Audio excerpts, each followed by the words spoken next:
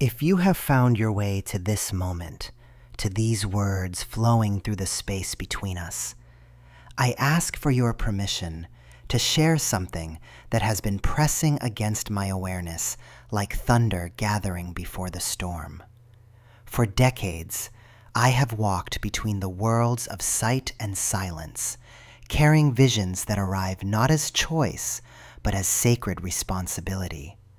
What I must tell you today about the final vision for America and Europe comes from that same place of seeing that has guided me through years of witnessing what others call impossible. You are here because something deep within you recognizes the trembling in the foundations. You feel it, don't you? That quiet unease that stirs when you watch the news, when you sense the currents beneath the surface of everyday life. You are someone who notices the patterns others dismiss, who feels the shifting energies that move through nations like underground rivers. This message finds you because you belong to that small circle of souls who sense that we stand at the edge of something vast and irrevocable. In the next several minutes, I will share with you the final vision that came to me in the depths of winter silence, a revelation that will reorganize everything you have sensed about the path ahead for these two great continents. This is not prophecy born of fear, but understanding born of necessity. You will feel something shift inside you as the pieces align, as the scattered fragments of your intuition suddenly form a picture that makes terrible, beautiful sense. This encounter between us is not accident. The forces that guide the unfolding of human destiny have woven circumstances to bring certain souls to certain truths at exactly the appointed time. You have been prepared for this knowing, even if you cannot yet name how or why. The restlessness in your spirit, the questions that wake you in the early hours, the sense that you are meant for something more than the surface of these times, all of this has been preparing you for what I must now reveal. But understand this: what I am about to share carries the weight of both blessing and burden. Knowledge of the future's design can liberate the soul from confusion, yet it can also place upon you the responsibility of choice in ways you have never before experienced. You stand at a threshold now, and crossing it will change how you see everything that unfolds in the months and years ahead. Before I continue, I must ask something of you. This wisdom finds its way to so few, hidden as it is beneath the noise of a world that prefers comfortable illusions. If these words stir recognition in your heart, if you feel the truth of what emerges here, I ask you to press that subscribe button, not for my sake, but because there are others like you scattered across the earth, souls who need to hear what mainstream voices will never speak. This space becomes a sanctuary where truth can move freely, where the deeper currents of our time can be acknowledged and honored.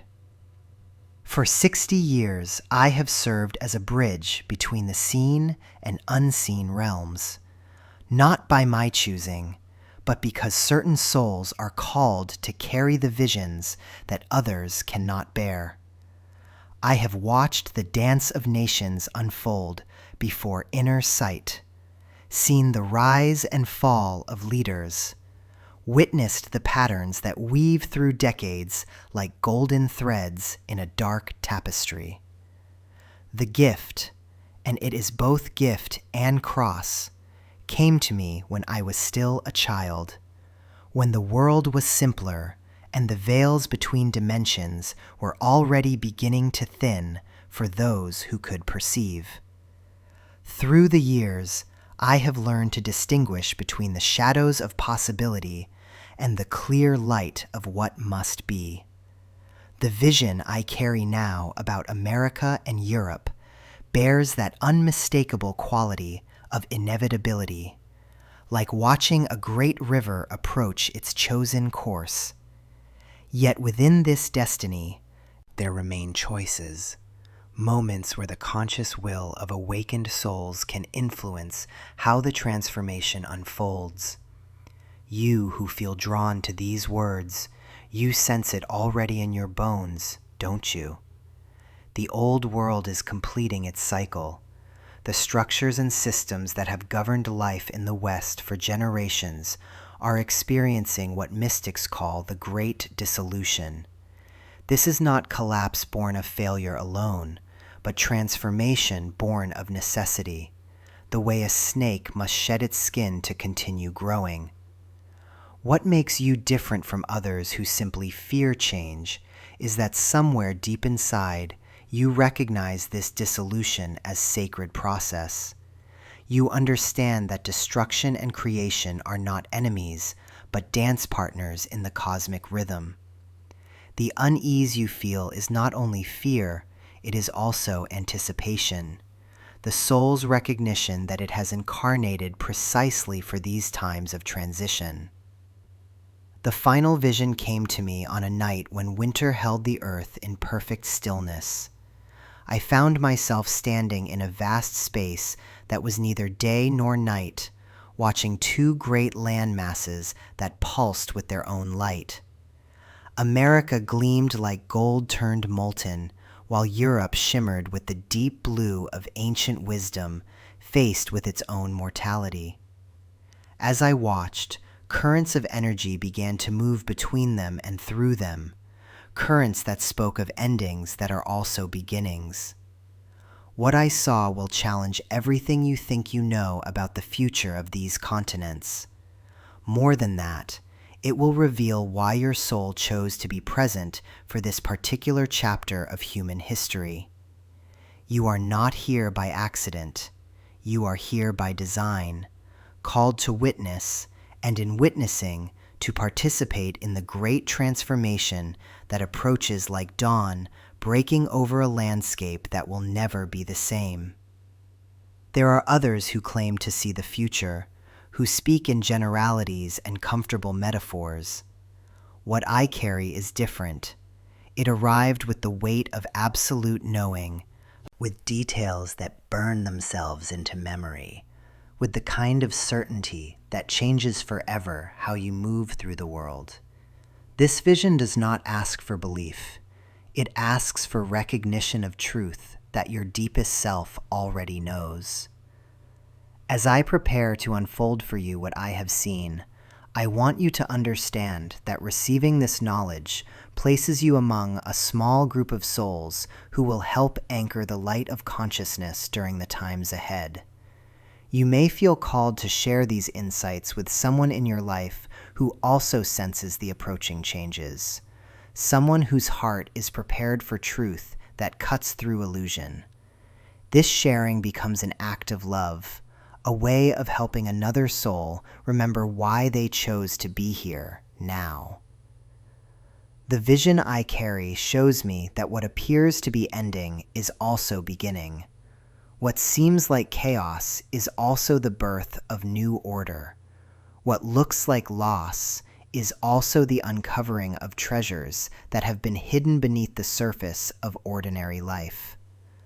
America and Europe stand at the threshold of their own transformation, and you, dear soul, you are here to witness and participate in this sacred passage.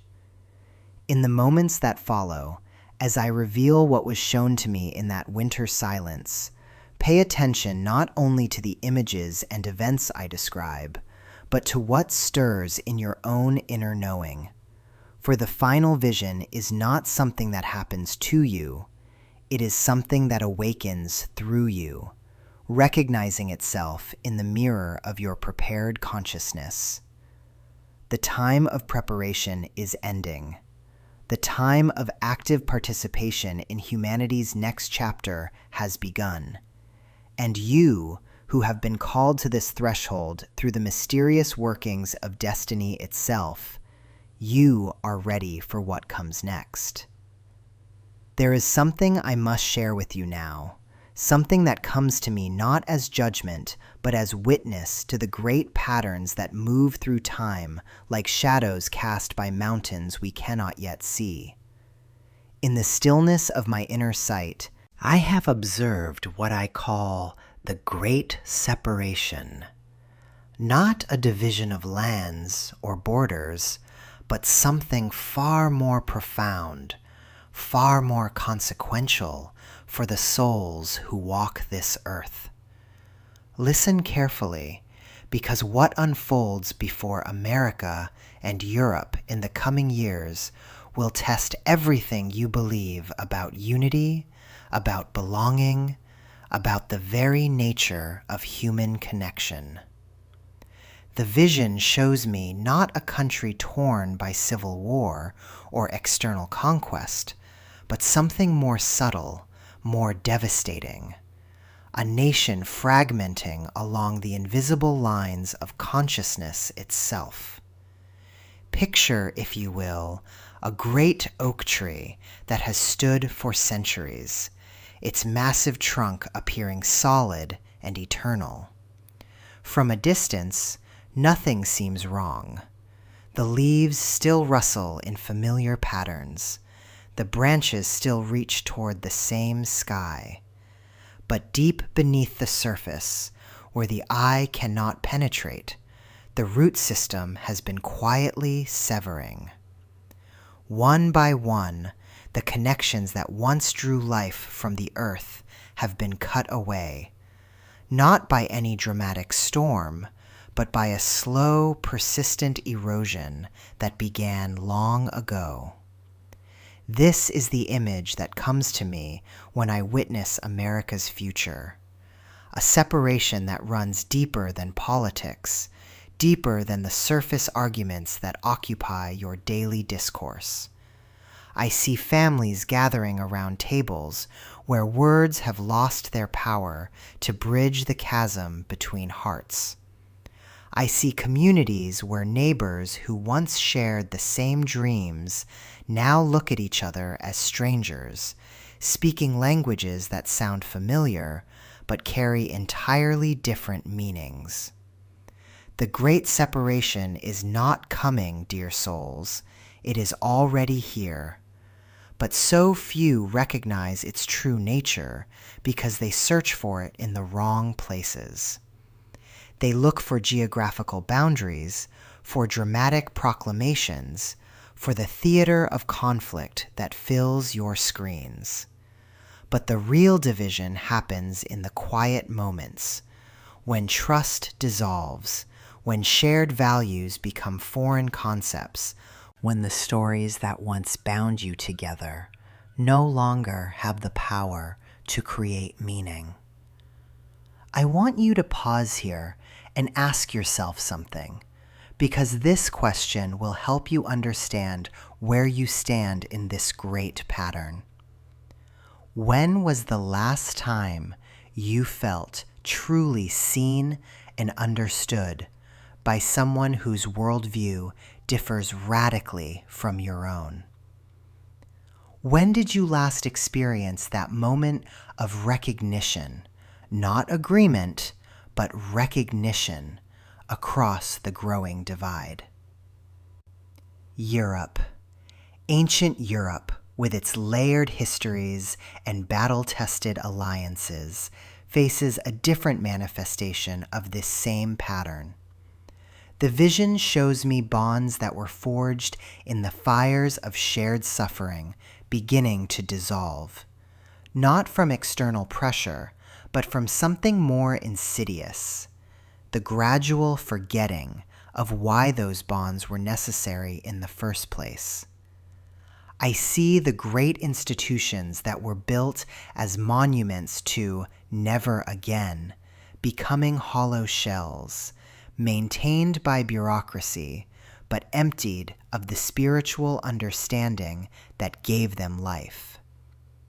The European project, born from the ashes of devastating war, sustained by the memory of what happens when nations turn against each other, this noble experiment faces its own form of separation.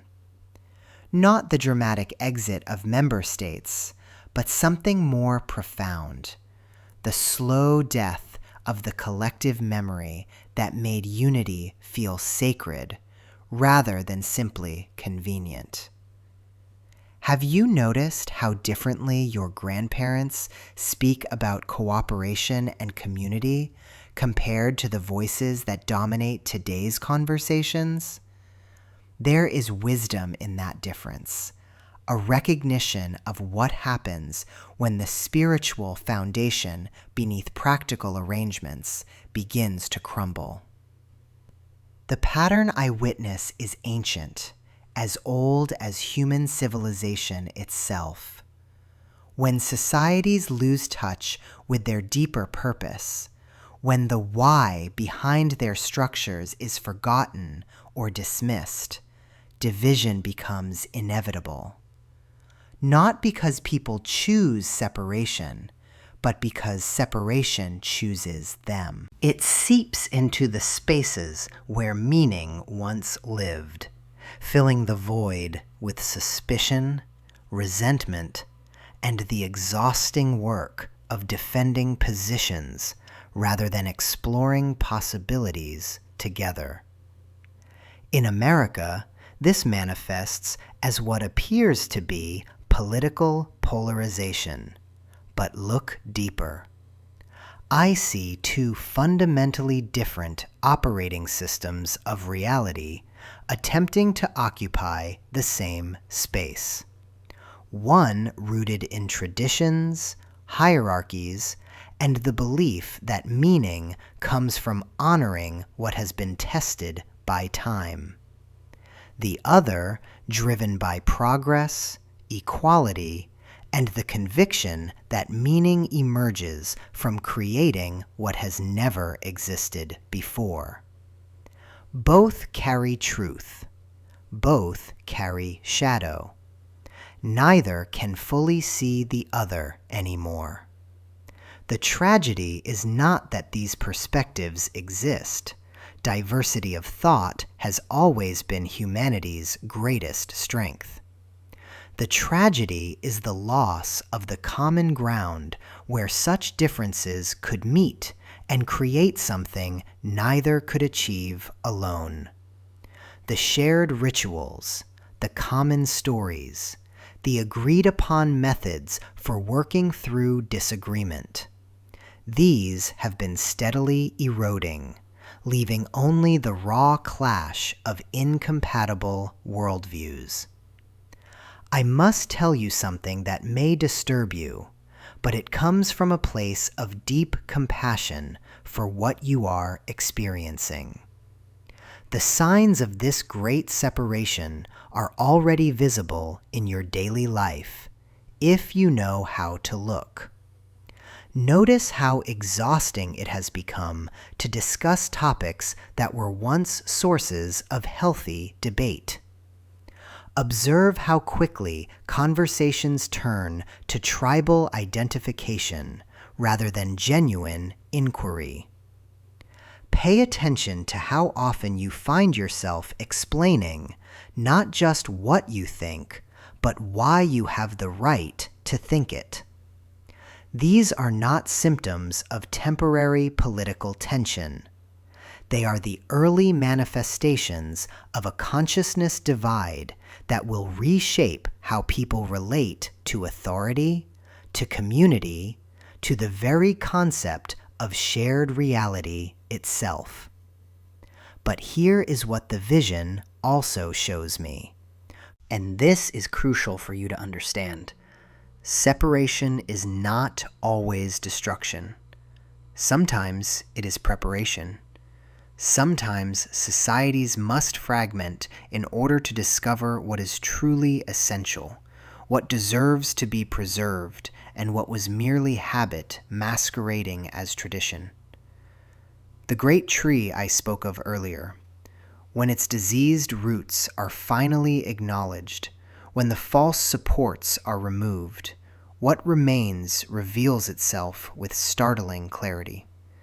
The healthy growth can be distinguished from the decay, the parts capable of generating new life separate from the parts that were slowly dying anyway. I invite you to consider this possibility as you witness the changes around you. What if the great separation is not the end of something beautiful, but the beginning of something more authentic? What if the unity that appears to be dissolving was never as deep as it seemed, and what emerges from this period of division will be based on more honest foundations? This is not a call to embrace conflict or to welcome the pain that accompanies such transitions. Pain is real, loss is real, and the human cost of societal fragmentation touches every life in ways both visible and hidden. But neither is this a reason to despair or to believe that the story ends in permanent division. The patterns show me that after separation comes the opportunity for conscious reunion, not a return to what was, but a choice to create what could be, based on a deeper understanding of what truly serves the flourishing of human consciousness. Before we continue to explore what this means for your personal navigation of these times, I want you to reflect on something.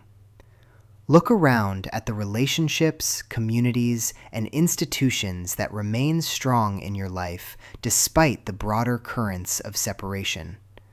What makes them different? What do they possess that allows them to maintain connection across difference? Hold that awareness close, because it contains seeds of wisdom for what wants to be born. When I trace my fingers across the threads of time, I see something profound unfolding before us. A great unraveling of what we once considered unshakable. The vision that comes to me now speaks not just of change, but of a complete metamorphosis in how power moves through our world. What your heart is sensing as instability, what your mind is interpreting as chaos, this is actually the ancient pattern of civilizations in their moment of profound transition. You know this feeling, don't you? That unsettling sensation when you look at the institutions that once felt solid and find them somehow hollow. Like beautiful shells on a beach, perfect in their form, but no longer containing the life that once animated them. This is not coincidence that you are witnessing this. This is not random that you are here, now, in this moment of great unveiling. I have walked alongside souls through many transitions, and what I share with you comes from decades of observing these deeper currents that move beneath the surface of everyday events. If you found yourself questioning authorities you once trusted, if you felt a strange disconnection from systems you were raised to respect, then this message carries special significance for you. Because you are witnessing something that happens perhaps once every few centuries, the twilight of the old guardians. In the coming minutes, you will understand why everything familiar seems to be shifting, and why this dissolution is not destruction but preparation. Stay with me until the end, because what I reveal about the new forms of authority emerging will change how you navigate these turbulent waters. And please share this with someone who needs to understand that they are not losing their mind. They are gaining sight. Picture, if you will, a great cathedral whose foundations have been slowly eroded by underground rivers. From the outside, The spires still reach toward heaven. The bells still ring at appointed hours. The doors still open for those seeking sanctuary. But inside, those who know how to see can observe the subtle cracks, can feel the imperceptible swaying, can sense that something fundamental has shifted in the very bones of this structure. This is the vision that comes to me when I look upon the institutions that have guided Western civilization for generations. The governments that once commanded genuine respect and authority. I see them now like actors playing familiar roles in a theater where the audience has begun to leave. Not because the performance has ended, but because the story itself no longer resonates with the collective soul of the people. What fascinates me about this pattern is how it mirrors what happens in the human psyche during profound growth. When a person is ready to evolve beyond their current understanding, their old beliefs don't simply vanish, they become transparent. The beliefs are still there, still functioning on some level, but they no longer carry the same weight, the same convincing power they once held. I witness this same transparency settling over the pillars that once seemed so solid. The media institutions that once shaped public consciousness. Do you notice how their voices seem to echo in empty chambers now? How even their most dramatic pronouncements feel somehow performed? This is not because they have suddenly become dishonest, but because the frequency at which they operate no longer matches the frequency at which awakening consciousness resonates. The ancient mystics spoke of times when the veils grow thin, when what was hidden becomes visible. We are living in such a time. The structures that governed by consent are finding that consent increasingly withdrawn, not through rebellion, but through a kind of psychic migration. Souls are simply elsewhere now, seeking nourishment from different sources. And this creates a peculiar situation, like a puppet master continuing to move the strings while the audience has turned to watch something more compelling in the distance. The movements continue, the gestures remain familiar, but the animating spirit has shifted its attention. What strikes me most profoundly in my visions is how this transition affects different souls in different ways. Some experience this dissolution as pure terror. Everything they built their sense of security upon seems to be crumbling. They become more frantic in their allegiance to the familiar forms, clinging ever tighter to institutions that feel increasingly like empty shells. Others find themselves strangely liberated, as if chains they didn't know they were wearing have suddenly fallen away. They discover capacities within themselves they never knew existed, begin trusting their own discernment in ways that would have seemed dangerous or arrogant in earlier times. But here is what I want you to understand. Both responses are part of the same great movement. The terror and the liberation are two faces of the same transformational process that civilizations undergo when they are ready to evolve beyond their current forms. From the spaces where the old authority structures are weakening, something entirely new is beginning to emerge.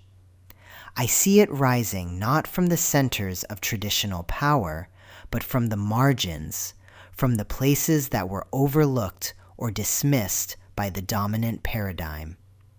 Like mushrooms after rain, new forms of guidance and leadership are sprouting in unexpected locations.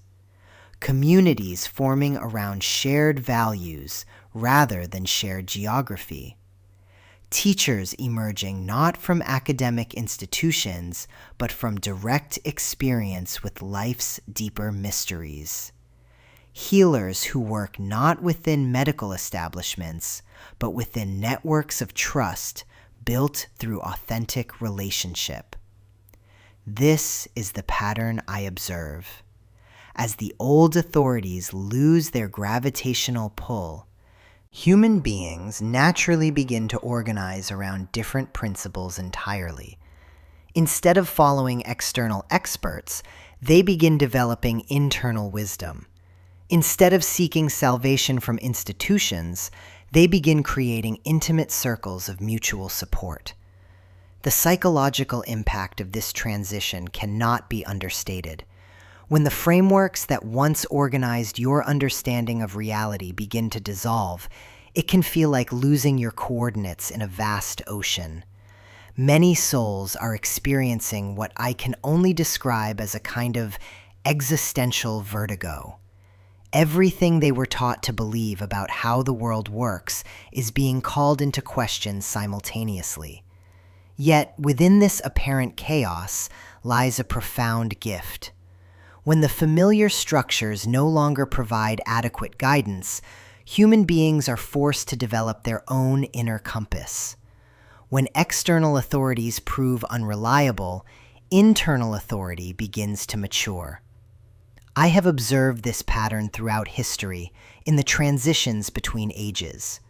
The Roman structures that seemed eternal eventually gave way to medieval forms of organization. The medieval certainties eventually cracked open to allow Renaissance thinking. Each transition involved a period of apparent dissolution before the new forms could crystallize. What makes this current transition unique is its scope and speed. Previous civilizational shifts tended to unfold over centuries. What we are witnessing now is compressed into decades, perhaps even years. This acceleration creates both tremendous opportunity and tremendous disorientation. The souls who thrive during such transitions are those who learn to dance with uncertainty, who develop comfort with not knowing, who find security not in external structures, but in their capacity to respond creatively to whatever emerges. I want to leave you with this thought. The collapse of old guardians is not a tragedy to be mourned, but a mystery to be embraced. Every structure that loses its power creates space for something more authentic to emerge. Every institution that reveals its limitations opens the door for wisdom that has been waiting in the wings. Pay attention to where you find yourself naturally turning for guidance these days. Notice what voices carry genuine resonance for you. What communities feel truly nourishing? What practices actually transform your inner state? These are the seeds of the new forms of authority that are being born through souls like yours. The future belongs not to those who cling to crumbling certainties, but to those who learn to navigate by stars that are just beginning to appear in the night sky of collective consciousness. And it is precisely in this moment of apparent darkness, when the old stars seem to fade, that I witness something extraordinary beginning to stir. There is an awakening happening, dear souls. A stirring that moves like wind across both the American plains and the ancient forests of Europe. But this is not the gentle awakening of a peaceful dawn. This is the fierce awakening of a storm that has been building for decades in the collective unconscious of humanity. Listen carefully to what I am about to share with you, for I have seen this pattern repeating through the centuries, and now it approaches with unprecedented intensity.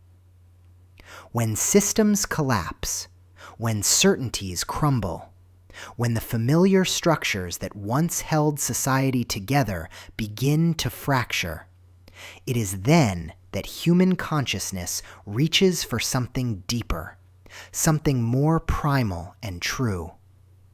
I see ordinary people, teachers in Ohio, nurses in Manchester, shopkeepers in Prague, farmers in Nebraska, beginning to experience what their ancestors would have called visions, but which we might understand as the sudden activation of dormant capacities within human awareness.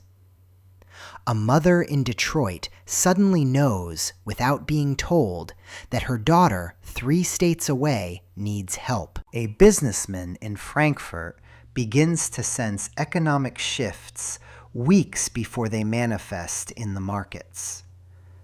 A retired woman in Yorkshire starts having dreams that prove prophetic about weather patterns affecting her community.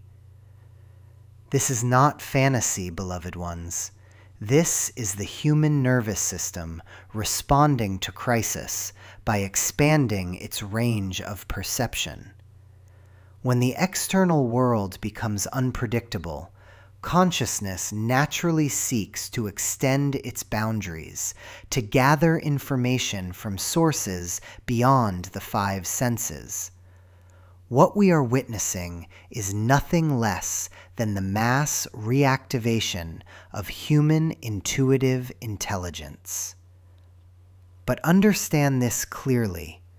This awakening is not happening in comfortable meditation retreats or peaceful ashrams. It is erupting through stress, through uncertainty, through the very pressures that are breaking apart the old world. Crisis, you see, is consciousness's greatest catalyst. When survival is at stake, when familiar patterns no longer serve, the psyche opens doorways that have remained locked for generations. I witness this particularly strongly among those who work with their hands, who remain connected to natural rhythms, the farmers who feel the earth's changes in their bones, the craftspeople who sense the moods of their materials, the gardeners who know when to plant, not by calendar, but by some deeper knowing. These souls are becoming the anchors for a new form of collective wisdom. And yet, here lies both the great promise and the great danger of our time. Technology, this double-edged creation that has both connected and isolated humanity, stands at a crucial crossroads. I see it being used to amplify both the highest and lowest potentials of human nature. On one hand, I witness technology becoming the nervous system of a collective awakening. Information spreads instantaneously. People separated by continents share experiences of synchronicity, of sudden knowing, of dreams that echo across cultures. The internet, for all its chaos, becomes a mirror in which humanity begins to recognize its own emerging patterns of consciousness. Like-minded souls find each other across impossible distances. Ancient wisdom texts become accessible to millions. The barriers between esoteric knowledge and ordinary understanding begin to dissolve. Yet, I also see technology being wielded as a weapon against this very awakening. Artificial intelligence systems designed not to enhance human intuition, but to replace it. Social media algorithms that fragment attention and scatter the very concentration needed for deeper perception. Digital environments so convincing that they pull consciousness away from the natural world where true wisdom has always resided. The question that haunts my visions is this: Will humanity learn to use these tools in service of awakening, or will it allow itself to be hypnotized into a technological sleep just as its deepest capacities are beginning to stir? I see groups forming, not the old institutions with their rigid hierarchies, but organic communities of people who recognize each other through shared sensitivity. These gatherings happen in living rooms and community gardens, in online forums and forest clearings. They are united not by ideology, but by a quality of awareness, a willingness to trust what they sense beneath the surface of events. These communities become laboratories for new forms of human connection. I witness people learning to communicate not just with words, but with the deeper language of energy and intention. Children in these groups grow up bilingual, fluent in both digital technology and natural intelligence.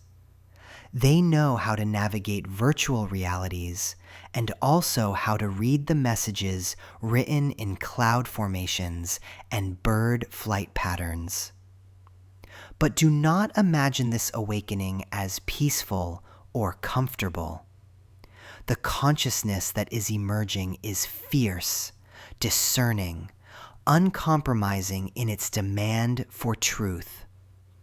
It sees through deceptions that once seemed convincing. It refuses comfort that comes at the cost of integrity.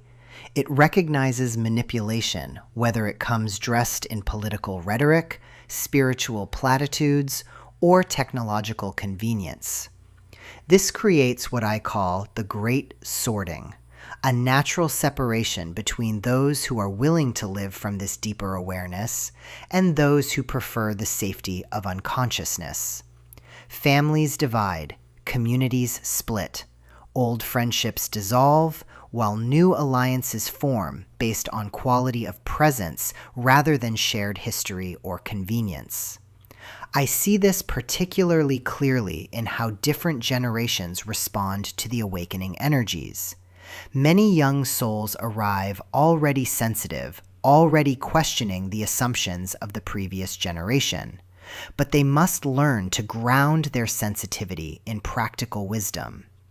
Meanwhile, older souls who have lived through multiple cycles of change become the bridges, translating ancient understanding into forms that speak to contemporary challenges. The awakening I witness is not uniform or gentle. It comes in waves, in surges that overwhelm some while energizing others. There are moments of collective clarity so intense that entire populations suddenly see through illusions that have persisted for decades. These moments are followed by periods of confusion and backlash as systems attempt to reassert old patterns of control. Yet, through all of this turbulence, I observe something remarkable: human consciousness learning to trust itself again.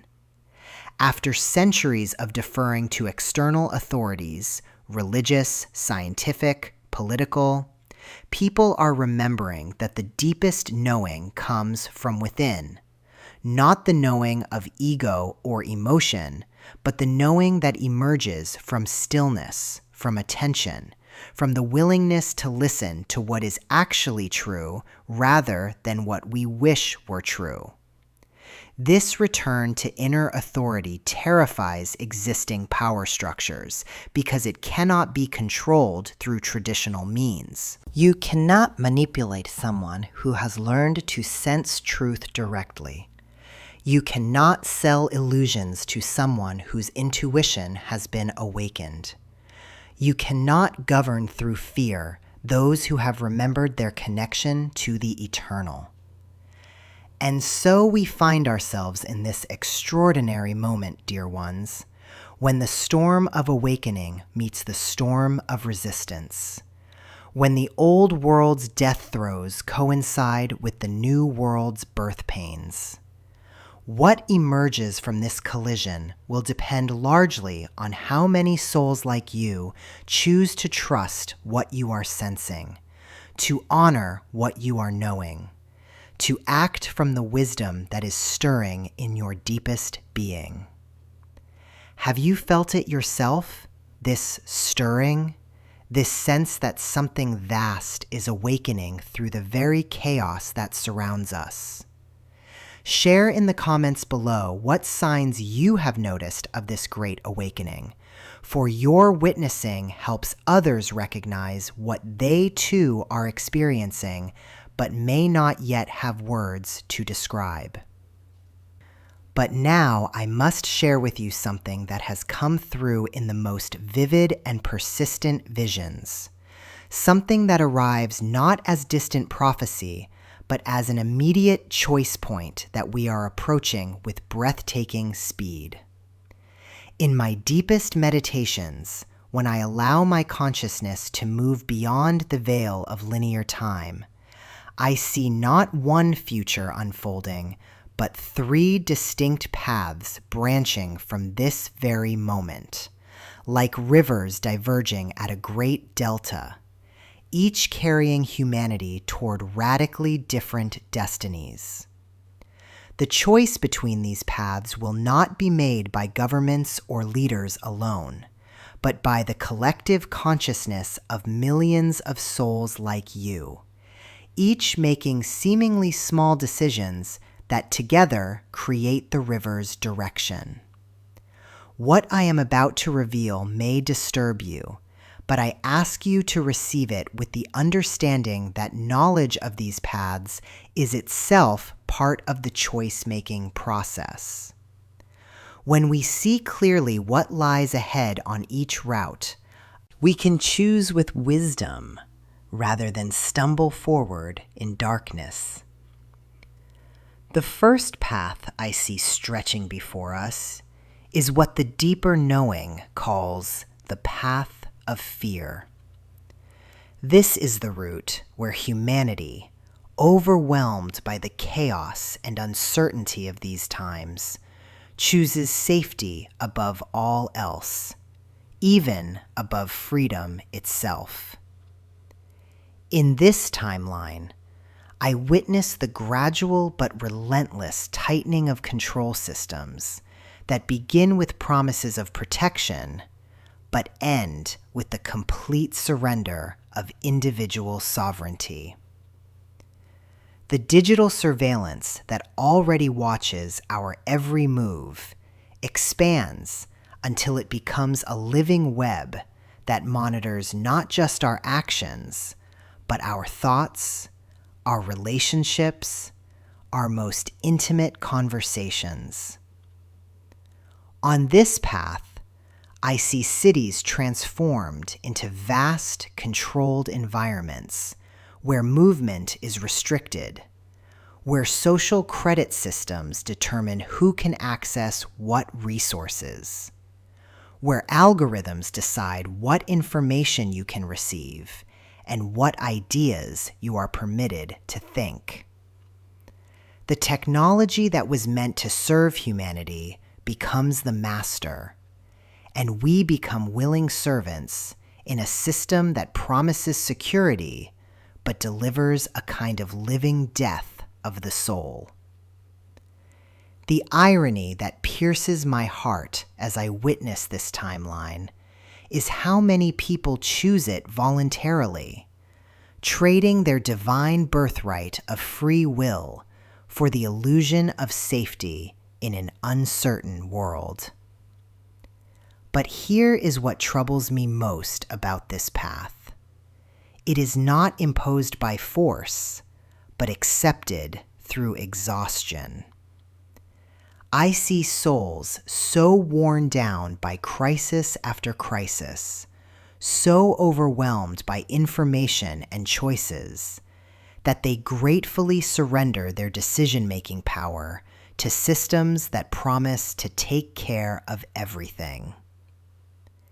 The path of fear is seductive, precisely because it removes the burden of choice, the weight of responsibility, the challenge of growth.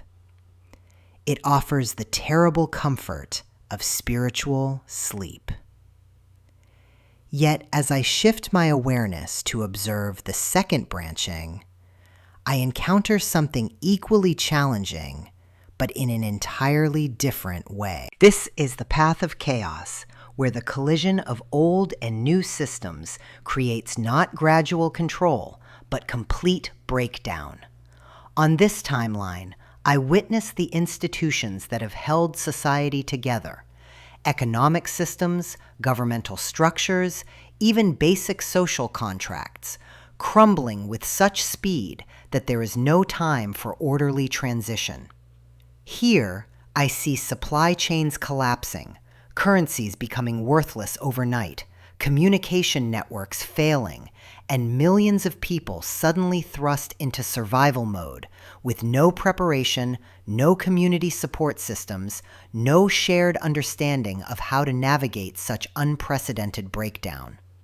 The cities become dangerous places where desperation overrides compassion, where the thin veneer of civilization dissolves to reveal humanity's most primitive survival instincts.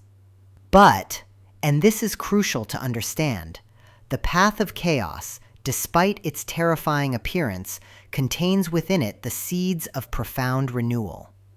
Like a forest fire that clears away diseased growth to make space for new life, this timeline of breakdown becomes the fertile ground from which entirely new forms of human organization can emerge.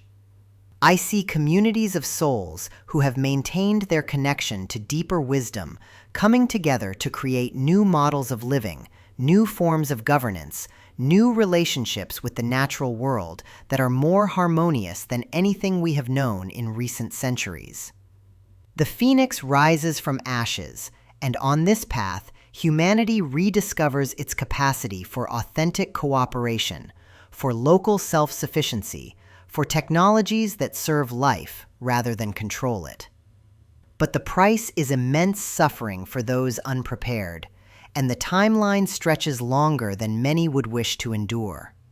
The path of chaos demands everything be torn down before it can be built anew. And then there is the third possibility, the one that makes my soul sing with recognition, even as I struggle to find words adequate to describe its magnificence. This is the path of transcendence, where humanity makes a conscious evolutionary leap that bypasses both the trap of control and the trauma of collapse. On this timeline, enough souls awaken to their true nature and power that we collectively create what some ancient traditions called the impossible bridge, a transition that seems to violate the laws of how change usually happens in the physical world. Here, I witness a flowering of human consciousness that activates dormant capacities within our species. The psychic abilities that have been relegated to the realm of fantasy begin to manifest naturally in ordinary people. Healing becomes a skill that can be learned, rather than a miracle to be hoped for. The barriers between individual minds become permeable enough that the illusion of separation begins to dissolve, replaced by an experiential understanding of our fundamental interconnection. On the path of transcendence, I see technologies emerging that work in harmony with consciousness itself, devices that respond to intention, energy systems that draw from the infinite field that surrounds us, communication methods that bypass language to share meaning directly from mind to mind. The economic systems based on scarcity transform into abundance-based models because we discover that creativity and love, rather than competition and hoarding, are the true sources of wealth. But this path has its own challenges, for it requires each individual to take radical responsibility for their own consciousness, to face and transform the shadows within themselves, to release attachment to being small and safe, and instead step into the fullness of their divine nature. It asks us to trust in possibilities that our rational minds insist are impossible, to act with courage even when the outcome is uncertain, to love even when fear seems more practical. The vision that comes through most clearly is that we are in the window of time, perhaps just the next 3 to 7 years, when the collective choice between these paths will be made. Not through any single election or decision, but through the accumulation of millions of individual choices about how to respond to the challenges we face. Each time you choose love over fear, truth over comfort, connection over isolation, you cast a vote for which timeline becomes a shared reality. What moves me deeply in these visions is seeing how even one person who fully commits to conscious evolution creates ripples that affect thousands of others. Your choice to remain awake and heart-centered in times of chaos gives permission for others to do the same. Your willingness to trust in higher possibilities, even when surrounded by voices of doom, creates openings for miracles that serve the whole. The path of transcendence cannot be created by a few enlightened leaders while the masses remain unconscious. It requires what I can only call a democracy of awakening. Enough ordinary souls choosing extraordinary love, wisdom, and courage that we reach a tipping point where the impossible becomes inevitable. But remember, dear one, even if the collective choice leads to one of the more challenging paths, your individual commitment to consciousness remains your sovereign power. On any timeline, the awakened soul finds ways to serve, to love, to grow, to contribute to the eventual healing of our world. The question is not whether you are strong enough to face what is coming, but whether you are willing to remember who you truly are in time to make your choice count. What I sense stirring in you as you receive these visions? Have you felt the pull toward one of these paths more strongly than the others? Share in the comments which future calls to your deepest knowing. Your recognition may help others identify their own inner compass in these crucial times of choosing. What stirs within you as I speak these words may be the very awakening this moment demands. For 60 years of receiving visions, I have witnessed something profound. Each soul carries within them a fragment of light that, when awakened, becomes part of a vast network of consciousness that can shift the trajectory of entire nations. You may wonder why I speak to you personally about forces that seem so much larger than your individual life. Listen carefully. This is perhaps the most crucial understanding you will receive today. The vision I have been shown repeatedly is not of distant saviors or political leaders rescuing humanity. It is of ordinary people sitting in quiet moments just like you are now, suddenly remembering the extraordinary power that has always resided within their being. The future of America and Europe does not rest in the hands of the few, but in the awakening of the many. I have seen this pattern across decades of visions. Every significant transformation in human history began not in palaces or parliaments, but in the consciousness of individuals who chose to stop living as victims of circumstance and began operating as conscious participants in creation itself. You are not witnessing these times by accident. Your presence here, your attention to these words, indicates that some part of your being already recognizes its role in what is unfolding. Let me share what I perceive about the nature of this inner power. It is not something you must acquire or develop through years of practice. It already exists within you, like a seed that has been waiting for the proper conditions to sprout. When I look into the consciousness of any individual, I see this luminous potential, a capacity to hold frequency, to transmit healing, to anchor stability in times of chaos. Most people live their entire lives unaware that they possess this gift. The vision that comes through me most powerfully shows networks of light connecting souls across continents. Picture threads of golden energy linking awakened hearts from New York to London, from small towns in Kansas to villages in the French countryside. When one person in this network raises their frequency through healing their own wounds, releasing their own fears, expanding their own capacity for love, the entire network brightens. This is not metaphor. This is the actual mechanics of how collective consciousness operates. I observe how individual healing creates ripples that extend far beyond what the mind can calculate. When you choose to face your own darkness with compassion instead of judgment, you literally alter the vibrational field around you. Your family members, without knowing why, begin to feel more peaceful in your presence. Your coworkers find themselves less reactive to stress. The grocery store clerk you smile at carries that frequency to the next customer, who takes it home to their children. But there is something even more remarkable I have witnessed.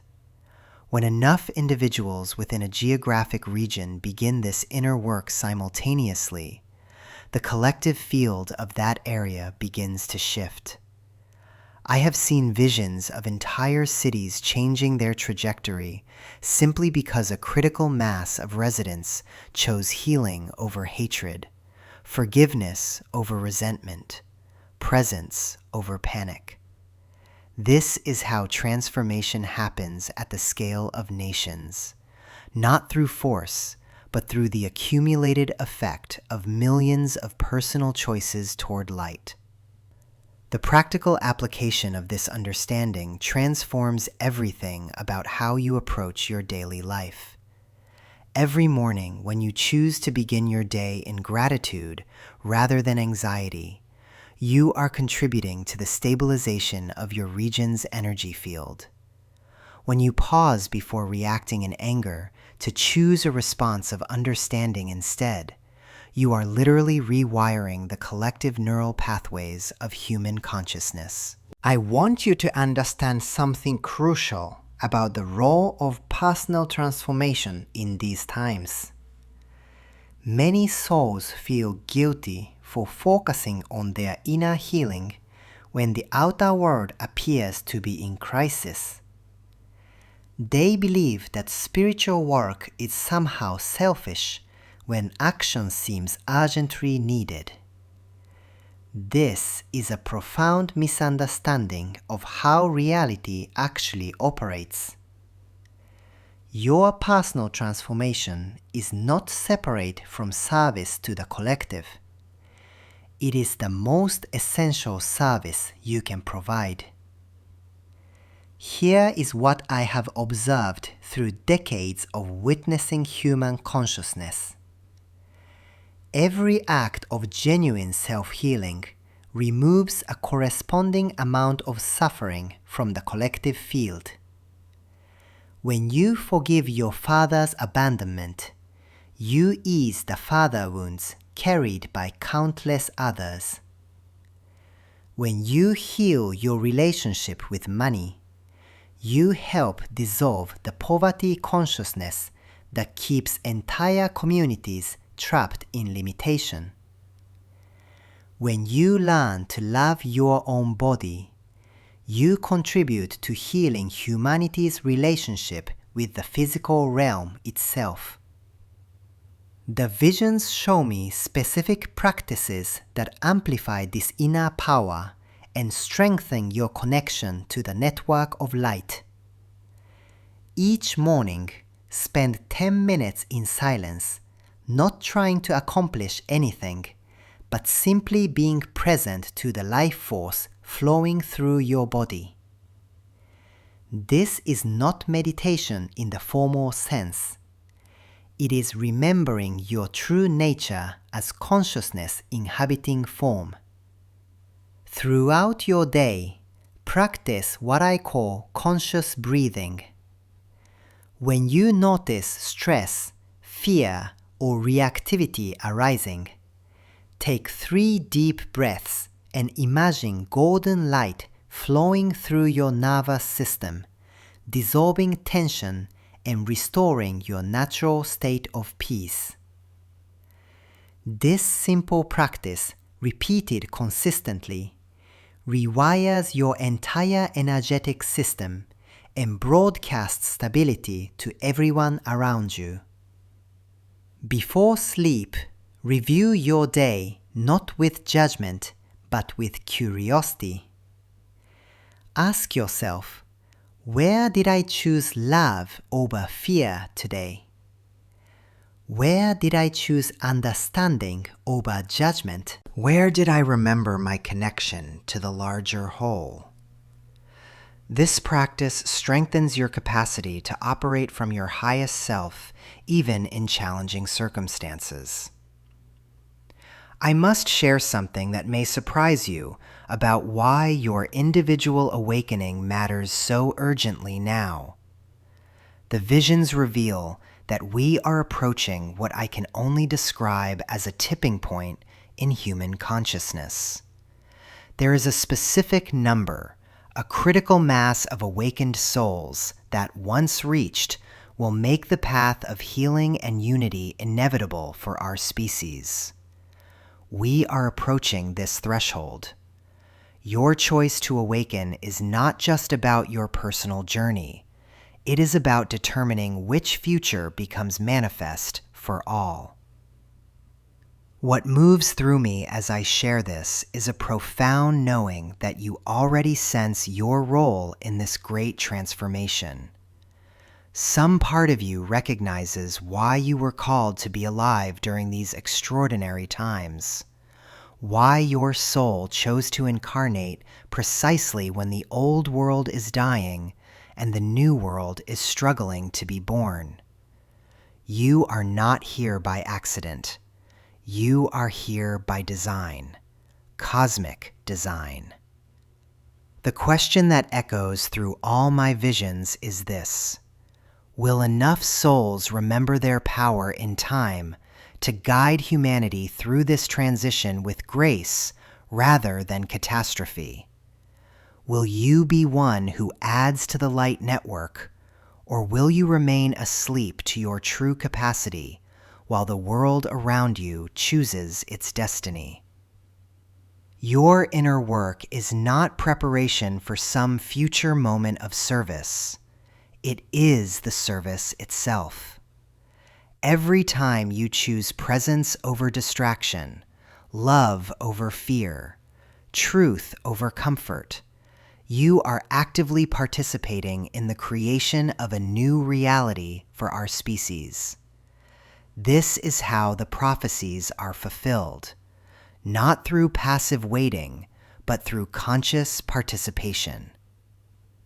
How does it feel to consider that your personal healing might be one of the most important contributions you can make to the collective transformation our world so desperately needs? What resistance or excitement arises when you imagine yourself as part of this network of light that spans continents and connects awakened hearts?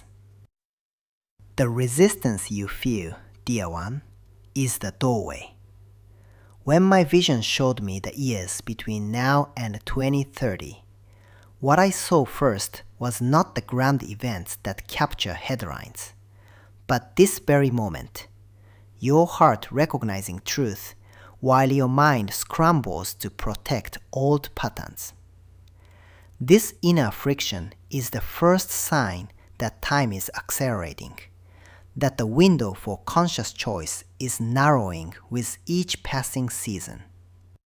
In the deeper layers of sight, time does not move as we imagine. The years ahead exist simultaneously, like rooms in a vast house where each door leads to a different destiny. What I must share now comes with urgency, not to create fear, but because the blueprint is already forming. The decisions made in the next 18 months will determine which room humanity enters for the remainder of this decade. Listen carefully to what I have seen about the timeline that approaches. The year 2025 marks what I call the Great Sorting, a period when the hidden currents of change become visible on the surface. You will see this first in the realm of food and medicine, where systems that have operated in shadow for generations suddenly expose themselves. Not through dramatic collapse, but through what appears as natural market forces. Those who have been preparing their bodies and spirits will navigate these waters with grace. Those still dependent on external systems will feel the first waves of genuine insecurity.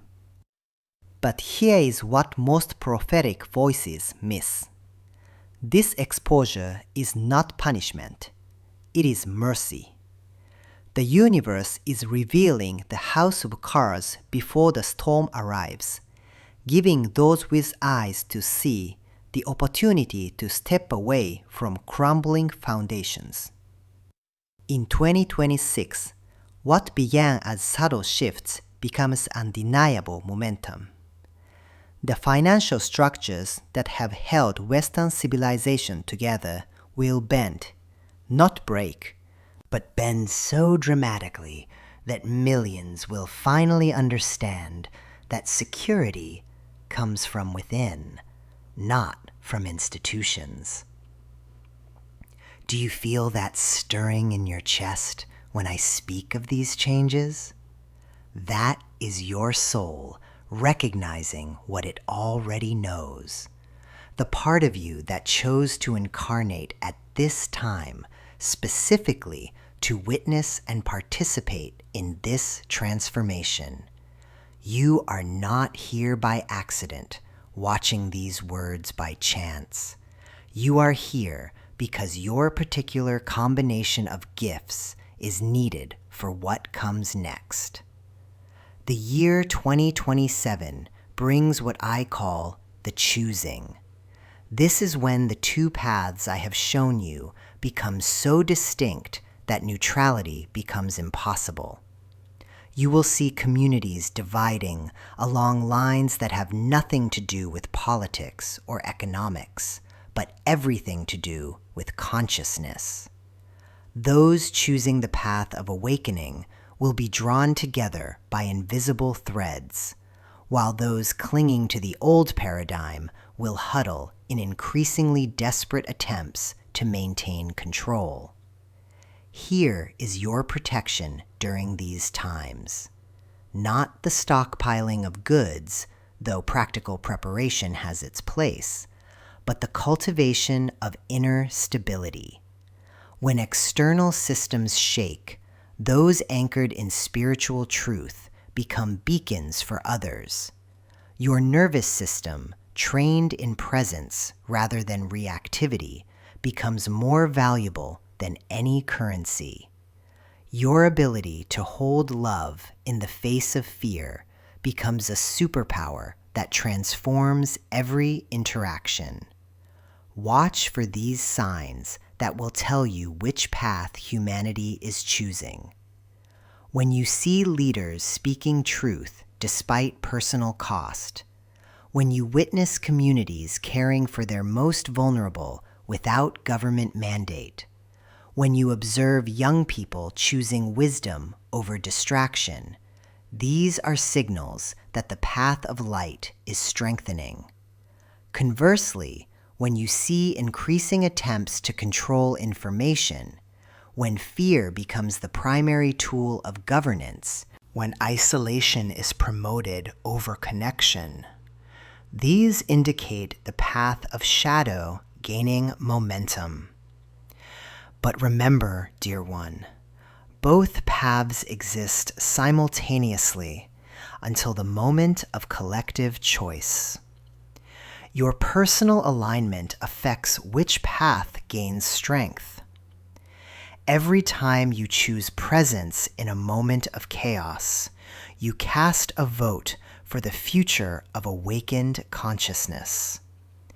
Every time you respond with compassion instead of judgment, you tip the scales toward the reality where humanity remembers its divine nature.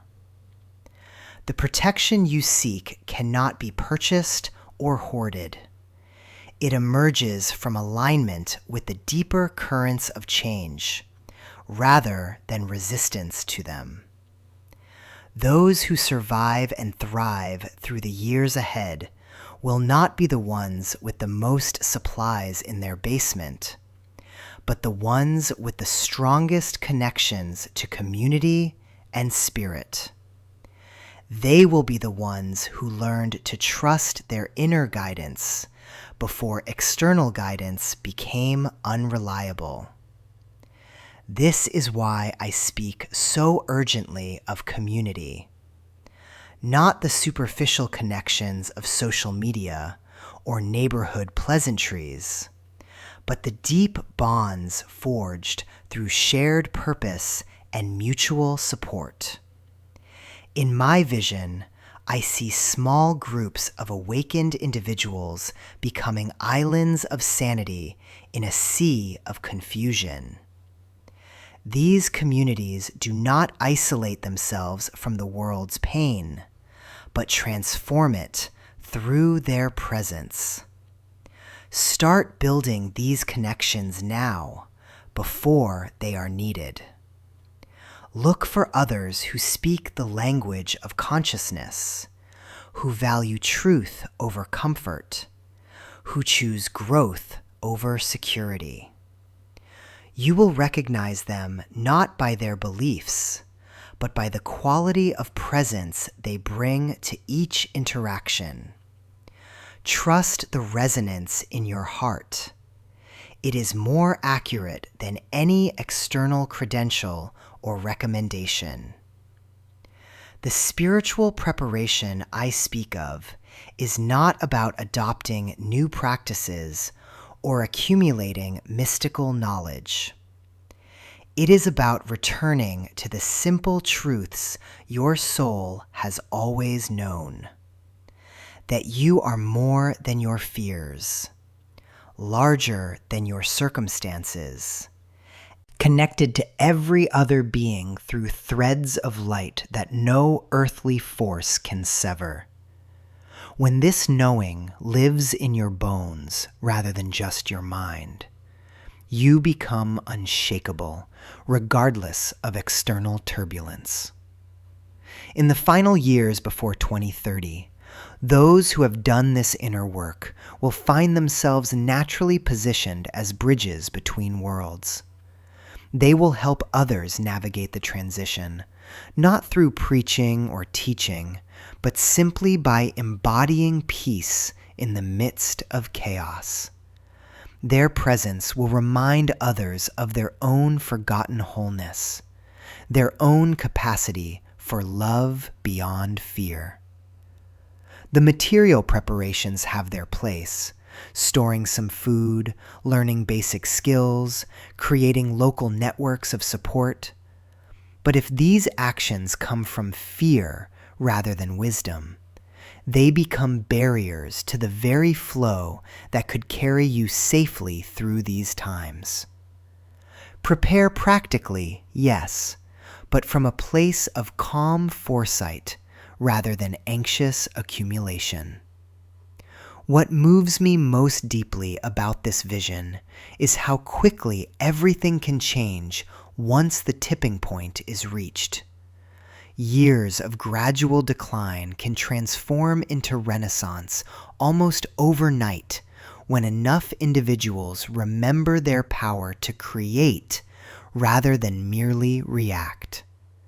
The darkness we face is not our enemy. It is the compost from which new life emerges. Can you feel how these words land differently than typical warnings about the future?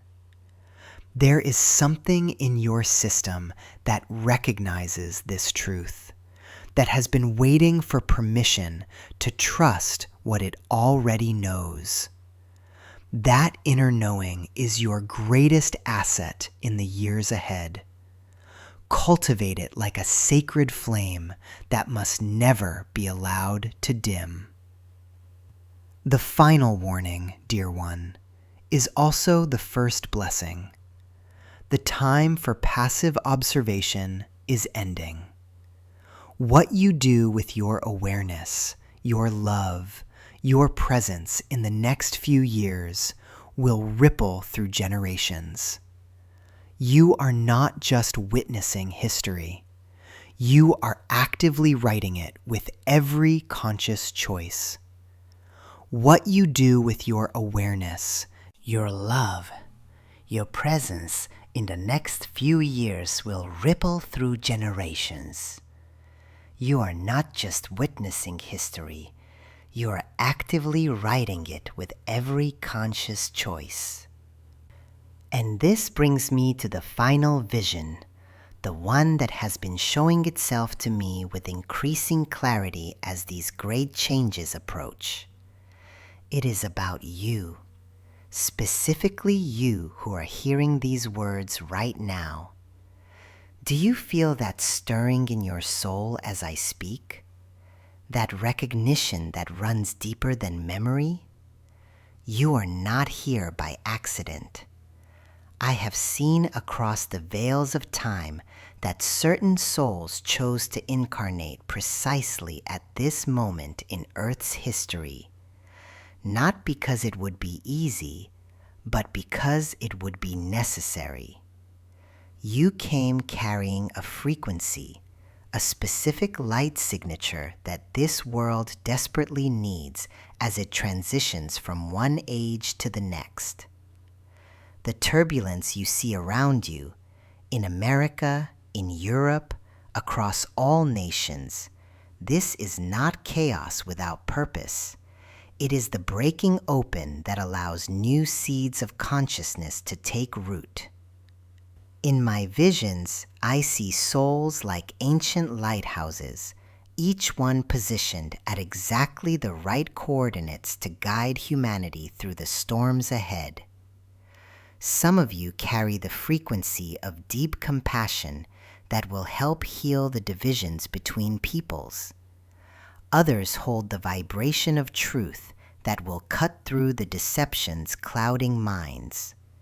Still others embody the energy of courage that will inspire action when action is most needed. But here is what troubles many of you, and I feel this uncertainty rippling through those who watch. How do I know what my purpose is? How can I trust my inner guidance when everything around me seems to be falling apart?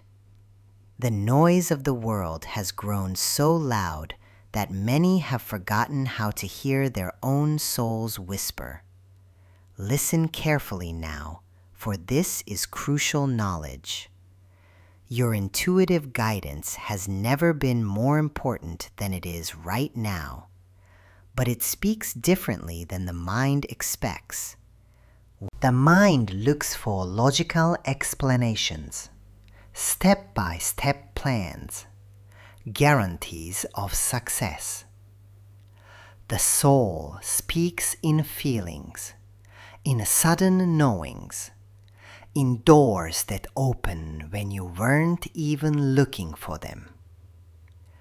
When you feel a deep stirring to create something, to help someone, to speak truth even when your voice shakes, this is not random. When certain places call to you, certain people cross your path at impossible moments, certain opportunities appear just when you need them most. Pay attention. The universe is orchestrating a magnificent symphony, and you are both musician and instrument. I see many of you doubting yourselves because your calling doesn't look like what others expect. Some of you are being called to leave successful careers to pursue something that makes no practical sense. Others feel drawn to speak publicly about things you once kept private. Some are being guided to relocate, to begin new relationships, to end others that no longer serve your highest path. Trust these impulses. The great transformation requires people to be in their right places, doing their right work, connected to their right communities. What appears as disruption in your personal life may actually be divine positioning for what is to come. And let me share something that may surprise you. In the visions of these challenging times ahead, I do not see suffering without purpose. I see the awakening of capabilities within human beings that have been dormant for centuries.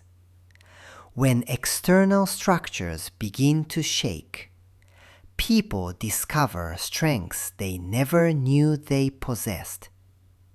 When familiar comforts are removed, the soul's true priorities become crystal clear. The economic upheavals I see coming to both America and Europe, these will force communities to rediscover what truly matters. Not the accumulation of possessions, but the cultivation of relationships. Not the pursuit of status, but the practice of service. Not the hoarding of resources, but the sharing of gifts. I watch souls like you preparing for this time, often without fully realizing what you are preparing for. You find yourselves drawn to learning skills that seem unrelated to your current life. Growing food, creating with your hands, healing with natural methods, building authentic community. These are not hobbies. These are preparations. The light you came to carry is not separate from your humanity. It shines brightest through your willingness to be vulnerable, to show up authentically, to love fiercely, even when love seems foolish. In the times ahead, it will be your genuine presence that reassures the frightened, your steady calm that guides the confused, your persistent hope that lifts the despairing. Some of you carry the gift of seeing beyond the illusions that bind others. Use this gift wisely, not to judge those who still sleep, but to hold space for their awakening. Not to feel superior because you see what they cannot, but to remain humble, knowing that consciousness unfolds in divine timing for each soul.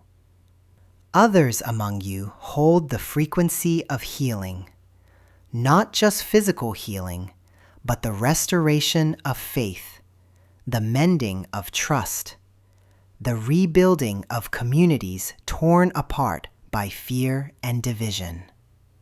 Your work in the coming years will be sacred work, though it may look like ordinary kindness, everyday courage, simple presence with those who suffer. And there are those of you who came as bridges, living connections between the old world that is dying and the new world struggling to be born. You understand both languages, can speak to those clinging to what was, while also nurturing what seeks to emerge. This is perhaps the most challenging calling, as bridges are often misunderstood by both sides they seek to connect. Now, as these visions come to their completion, I must share with you a practice that has been given to me for this specific time. Each evening, before sleep claims you, place your hand over your heart and ask, "What is mine to do tomorrow? What light is mine to carry into the world?" Then listen, not with your mind, but with that deeper knowing that lives in your chest. The answer may come as a feeling, an image, a memory of someone who needs your attention, a project that suddenly seems important, or simply a quality you are meant to embody: more patience, more courage, more joy despite the surrounding chaos. Trust what comes, even if it seems small or insignificant. In the great transformation ahead, there are no small parts, only small awareness of our true significance. I see you surrounding yourselves with protection as these energies intensify. Visualize now, as I speak these words, a sphere of golden light expanding from your heart center. Feel it encompassing your entire being, your home, your loved ones. This light is not separate from you. It is your natural state remembered, your soul's authentic radiance. Nothing can penetrate this light except what serves your highest good. See this protection extending to all those you love, all those you are meant to serve. Feel the web of light connecting you to every other soul who has chosen to be here now, in service to humanity's awakening. You are not alone in this mission, never alone. The final vision shows me souls like you recognizing each other with increasing frequency. Strangers who feel like old friends. Conversations that change everything. Collaborations that seem divinely orchestrated. Trust these connections. The network of light carriers is activating, preparing for the work ahead. So I ask you now, as these words settle into your awareness, what is stirring in your soul as you feel the truth of who you are and why you are here? Share this knowing in the comments below. Your words may be exactly what another soul needs to hear to remember their own purpose. And if you sense that others in your life are also awakening to their calling, share this message with them. The time for hiding our light is ending. The world needs what you came to give. The great transformation is not something happening to you. It is something you are participating in, creating with every conscious choice, every act of love. Every moment you choose truth over comfort, connection over separation, faith over fear. You came for this time. You are ready for this time. And the light you carry is needed now more than ever before.